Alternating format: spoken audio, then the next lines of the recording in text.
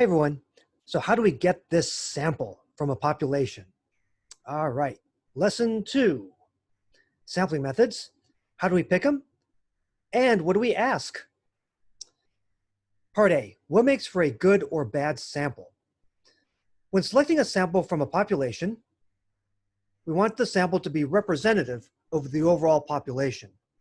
We do not want the sample to be biased in one way or another. Now, a common problem in practice is the use of overly homogeneous or sort of similar samples in which the elements within the sample are much more similar than is the case with the overall population. For example, you wouldn't want to restrict your sample to a single state if you wanted to study the national popularity of the president. So for example, if you wanted the proportion of likely US voters who support President Trump, you don't want to focus on only voters in Utah, for example, because the population in Utah is too homogeneous, it's too internally similar and not diverse enough, and also Utah is a very Republican state. You also wouldn't want to restrict your sample to just your neighborhood or to the next 5 people you happen to talk to. So for an accurate survey, you don't want to go out and just grab the first 5 people you meet. Don't go out and grab people. Anyway, that's not polite or safe. These are examples of convenience sampling, which is usually not as accepted as the following sampling methods. So in general, we're going to avoid convenience sampling. Instead, we're going to advocate things more like simple random sampling. And in fact, this is usually the assumed method of sampling. We typically assume that a sample from a population is a simple random sample, or SRS. When constructing an SRS of size little n, remember little n is the sample size, each group of n elements in the population is equally likely to be our selected sample of n elements. So for example, simple random sample, SRS. If n equals 4, if the sample size is 4, then the 2 samples below, each represented by 4 black squares, are equally likely to be selected. So let's say that we have a town where I guess the people are all spread out in a nice grid here. So each small square here represents a person in the town. Well, these 4 people selected in black here are just as likely to be selected as these 4 people in black here. That would be the case for a simple random sample. So if we wanted an SRS of 4 people, this group of 4 people, the black squares here, are just as likely as these 4 people, which is as likely as any other group of 4 people. So any group of size little n is equally likely to be picked. So for example, here's the census of presidents' ages that we saw back in lesson 1. Now, even though the census was attainable, still you might not want to look at 45 numbers here. This might seem overwhelming.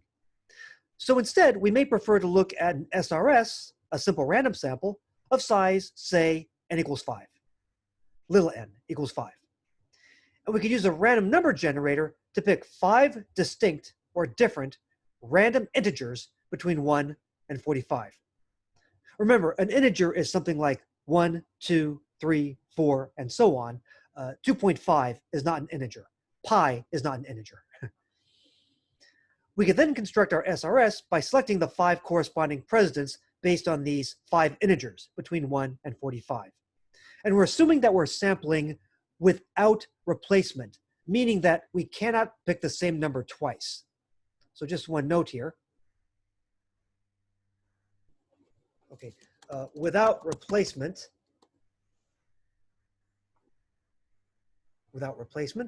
I better shrink this.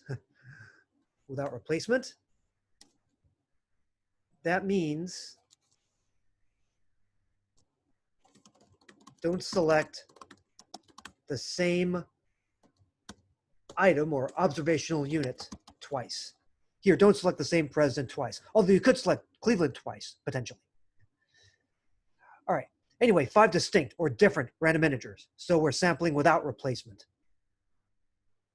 And then we pick those corresponding numbers from the order sequence and get the corresponding presidents. So for example, if 1 is selected, we get George Washington, as our observational unit that's selected, and 57 is the observation, the data point, 57 years.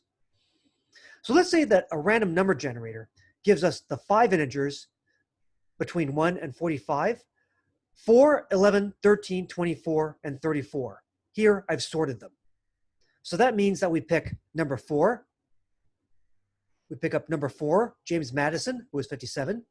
Number 11, James K. Polk, who was 49. Number 13, Millard Fillmore, who was 50. Number 24, one of the Clevelands. Cleveland number 2, who was 55 then.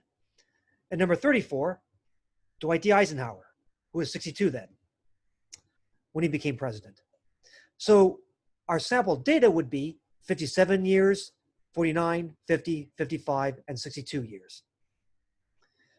All right, so the 5 shaded entries. Okay. And the data here, 57, 49, 50, 55, and 62 years. Technically, it's good to state the units, years.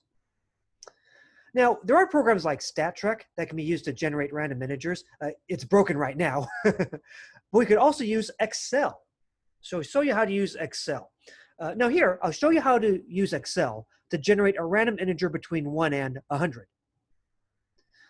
So the instruction you would use would be equals. That's often the case when you want Excel to compute something.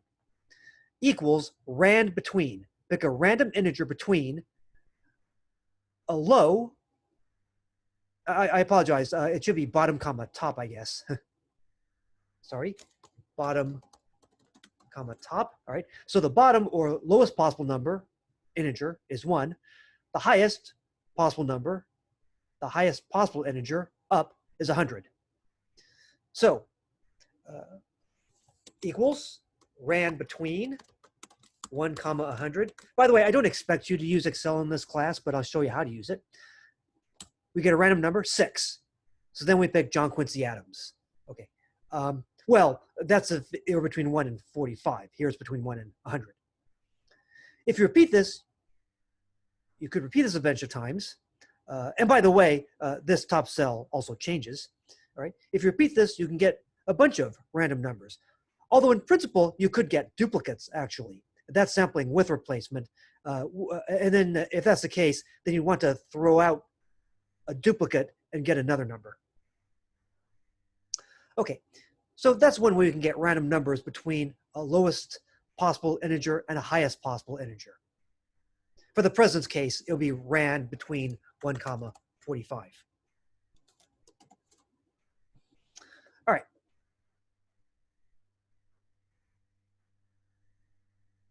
Now, by the way, random number generators, such as the one on StatTrak or Excel for that matter, or StatCrunch, are really pseudo-random number generators.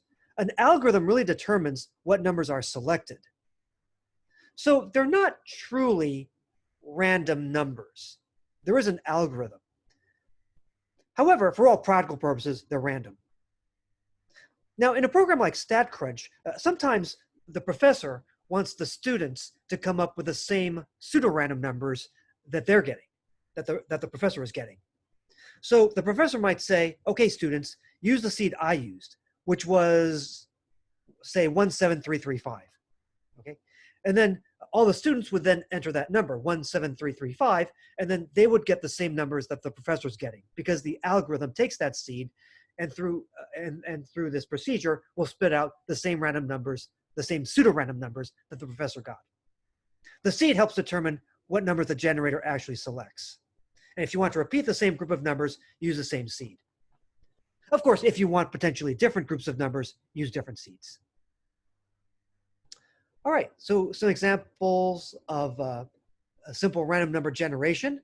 And here's an example of a simple random sample. We'll consider other methods of sampling later.